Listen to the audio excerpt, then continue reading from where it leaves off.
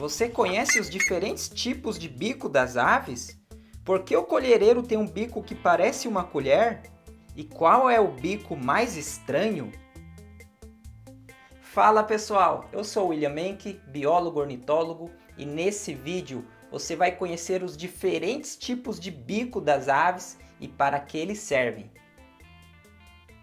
O tamanho e o formato do bico muda de acordo com a alimentação, o ambiente e o modo de vida das espécies. Só de olhar para o bico de um passarinho já é possível deduzir o que ele come e até de que maneira ele caça. Interessante, né? Agora dá uma olhada nessa ave, é o talha-mar. Ave que ocorre nos grandes rios e lagos do Brasil e no litoral. Esse é um bico de pesca de superfície. A parte de baixo, a mandíbula, é mais longa que a maxila.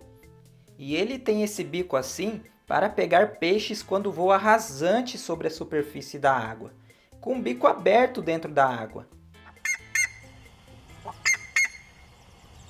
Agora a curicaca, ave bem comum nas áreas rurais de grande parte do Brasil, tem esse bico fino, longo e curvado, que serve para pegar invertebrados, como insetos, larvas e centopeias, que ficam escondidas na terra fofa ou úmida.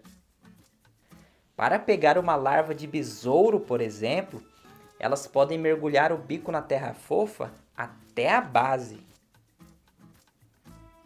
Nos flamingos, o bico curvado possui pequenas placas que funcionam como peneiras, servindo para filtrar a água e prender os invertebrados dos quais ele se alimenta.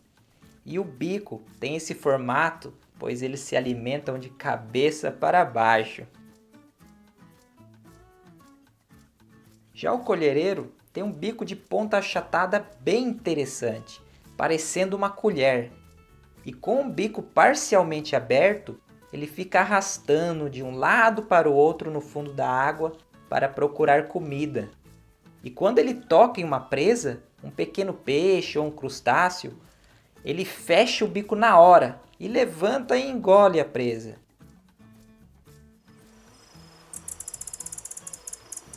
Já o bico delicado e fino dos beija-flores permite alcançar os nectários, os locais onde ficam armazenados o néctar das flores.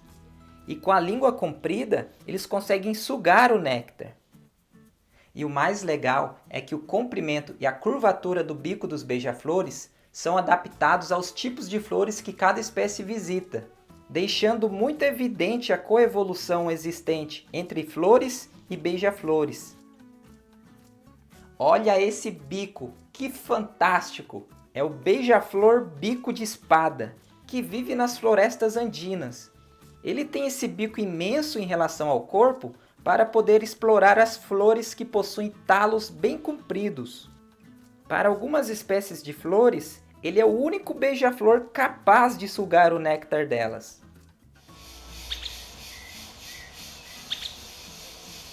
As aves insetívoras, que existem dezenas de espécies no Brasil, normalmente têm bicos finos e pontiagudos, como pinças, permitindo a captura de insetos e invertebrados em geral. Muitas até têm um pequeno gancho na ponta que ajuda a quebrar a carapaça dos insetos. Mas nem todas as aves insetívoras são assim. Dá uma olhada nesse passarinho, o bico virado carijó. Ele pertence ao gênero Xenops, que tem como característica esse bico que é um pouco virado para cima.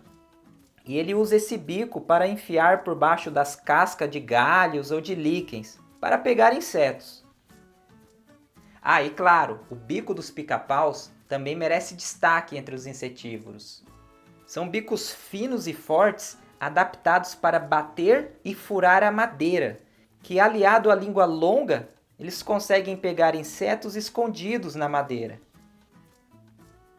Ah, e com esse bico, eles também conseguem fazer a façanha de fazer buracos incríveis no tronco de árvores, para fazer os seus ninhos. Impressionante também é o arapaçu beija-flor, que ocorre em grande parte do Brasil. Ele tem esse bico incrível que que serve para pincelar insetos e outros bichinhos, que são capturados em fendas e buracos nas árvores.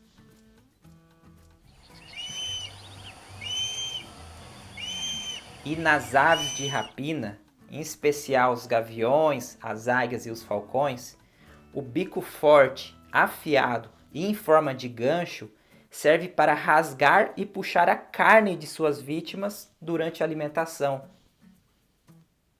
Mas mesmo entre os carnívoros, há bicos especializados para um tipo único de presa.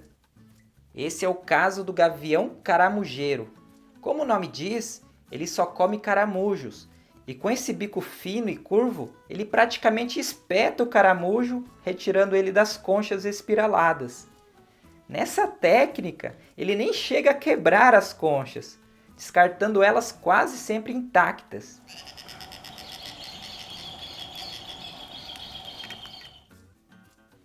Nos maçaricos e batuíras, aves da ordem Caradriformes, normalmente encontradas em praias, observamos algumas situações bem interessantes em relação a essas aves.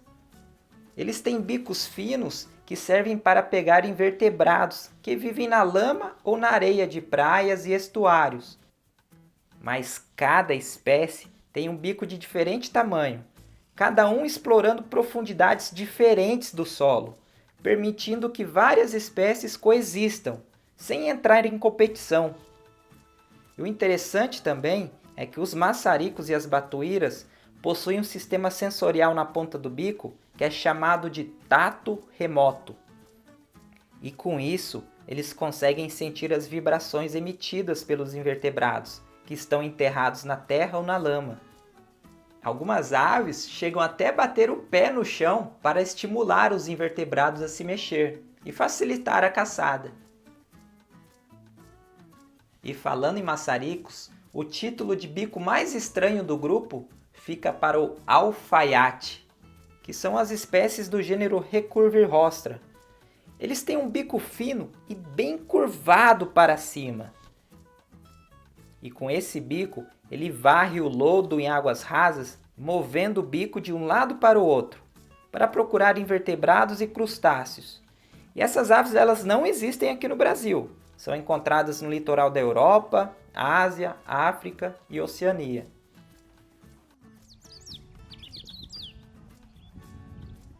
No grupo das aves quebradoras de sementes, compreendido pelos pistacídeos e diversas espécies de passarinhos, notamos um bico curto e extremamente forte, usados para quebrar sementes e frutos. Nos papacapins, canários e diversos outros, esses bicos são bem cônicos, com força suficiente para quebrar as sementes e a delicadeza para retirar as cascas.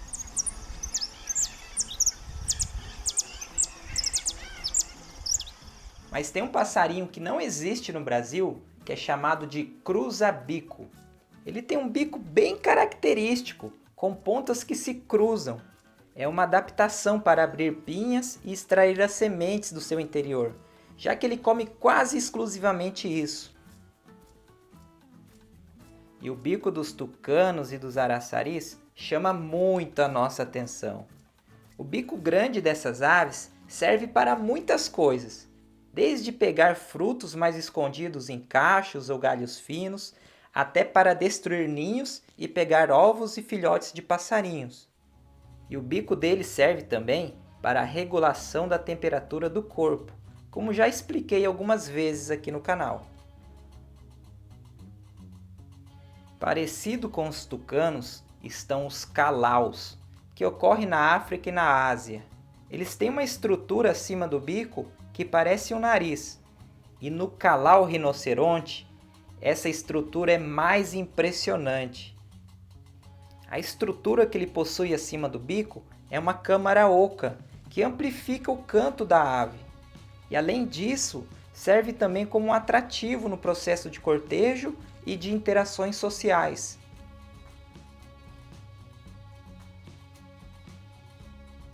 Muitas aves pescadoras, como martim-pescadores, garças, pelicanos, têm um bico perfeitamente aerodinâmico para capturar e segurar peixes, seja enfiando apenas a cabeça na água ou mesmo mergulhando.